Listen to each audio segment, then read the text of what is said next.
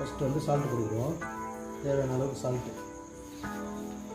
போட்டாச்சு. அடுத்து வந்து ஒரு இஞ்சி பூண்டு தேவையான அளவுக்கு சும்மா கொஞ்சோண்டு போட்டு, அடுத்து வந்து லெமன்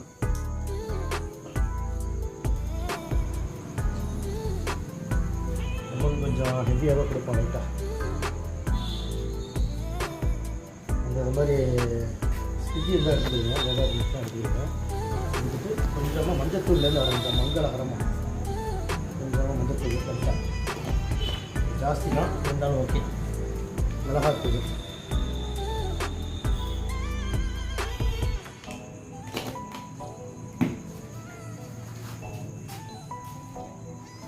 இது வந்து ப்ரௌன் சால்ட்டு மிக்ஸ் பண்ணி வச்சுருக்கு. இந்த சைனீஸ் உள்ளது ப்ரௌன் சால்ட் போட்டால் கொஞ்சம் டேஸ்ட் கொடுக்கும். அடுத்து வந்து ஒரு முட்டை ஒன்றும் தேவையில்லை, நம்ம இருந்தாலும் போடுறோம். லைட்டாக போட்டால் போதும். ஏன்னா அந்த மசாலாலாம் உதிரியாக போகாமல் இருக்குங்க. கொஞ்சமாக கரம் மசாலா கொஞ்சம்,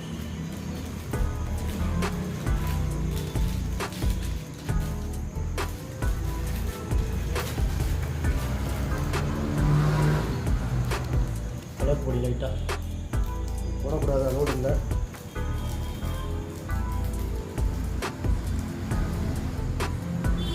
மிளகு இது போட்டோம்னா அப்படி நேரத்தில் கொஞ்சம் நல்லாயிருக்கும். அதுக்காக நம்ம இது போடுறோம். நீங்கள் வேணால் பொடியாக்கிக்கலாம், பொடியாக்கி போடுங்க.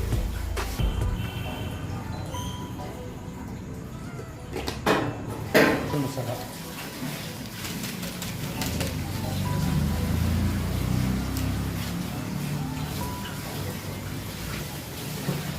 கான்ஃப்ளவர் மாவு நான் வந்து ஜாஸ்தி கொடுக்குறேன், சும்மா கொஞ்சம் தான் கொடுக்குறேன். அவ்வளோதாங்க. போட்டு அப்படியே கற்றுக்க வேண்டியது.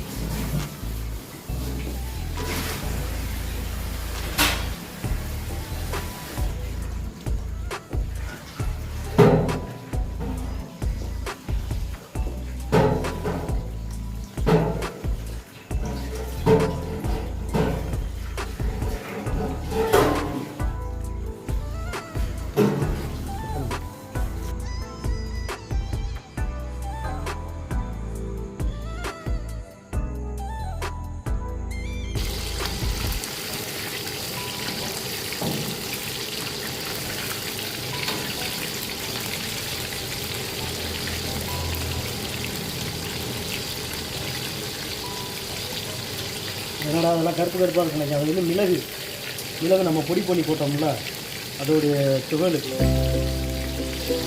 இந்த என்ன சொல்லுவாங்கன்னா இந்த அறியாமை அது பண்ணி அப்படி போடும்போது அது ஒரு சுவையான ஒரு டிஷ் இருக்கும். சில பேருக்கு குழந்தைங்களுக்கு பெருமாள் பிடிக்காது, அப்படின்னா நீங்கள் பவுடராகவும் போட்டுடலாம்.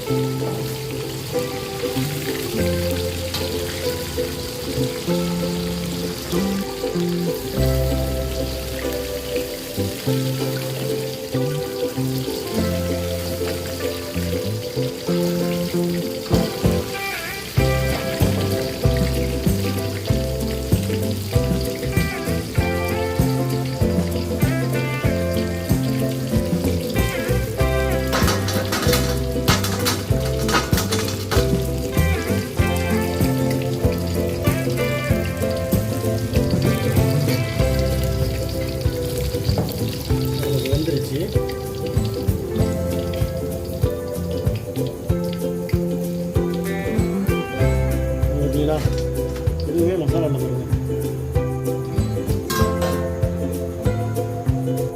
சூடு வந்து அதிகமாக இருக்கும்.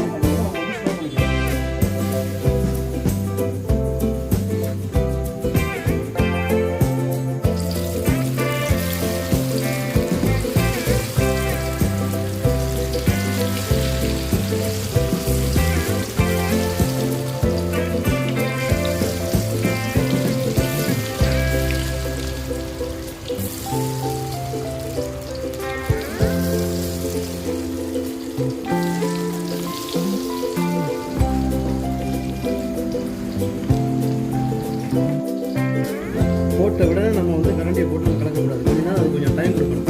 இப்போ டைம் கொடுத்தோம்னா கீழே நம்ம வந்து அந்த மாதிரி ஒட்டாது, ஏன்னா சட்டியில் ஒட்டிக்கணும்.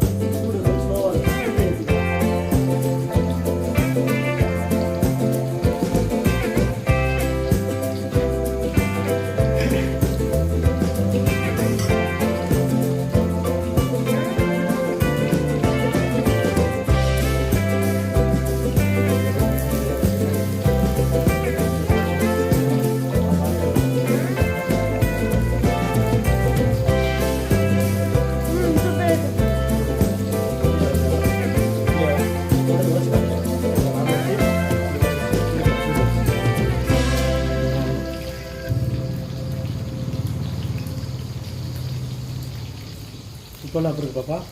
சூப்பராக இருக்குது. நல்லா இருக்கா? நல்லா வெந்திருக்குள்ள.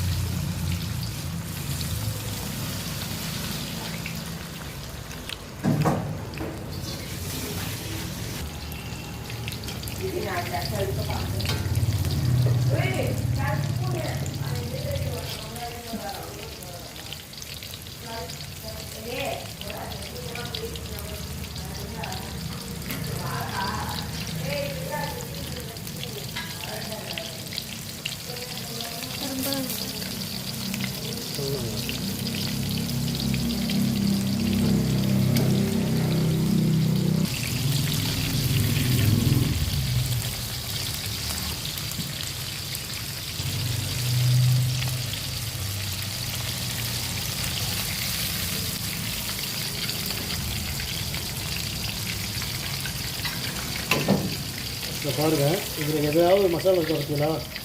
தீர்ந்துருக்கா? இல்லை. அப்போ பர்ஃபெக்டாக நம்ம வந்து மசாலா கொடுத்துருக்குறோம்.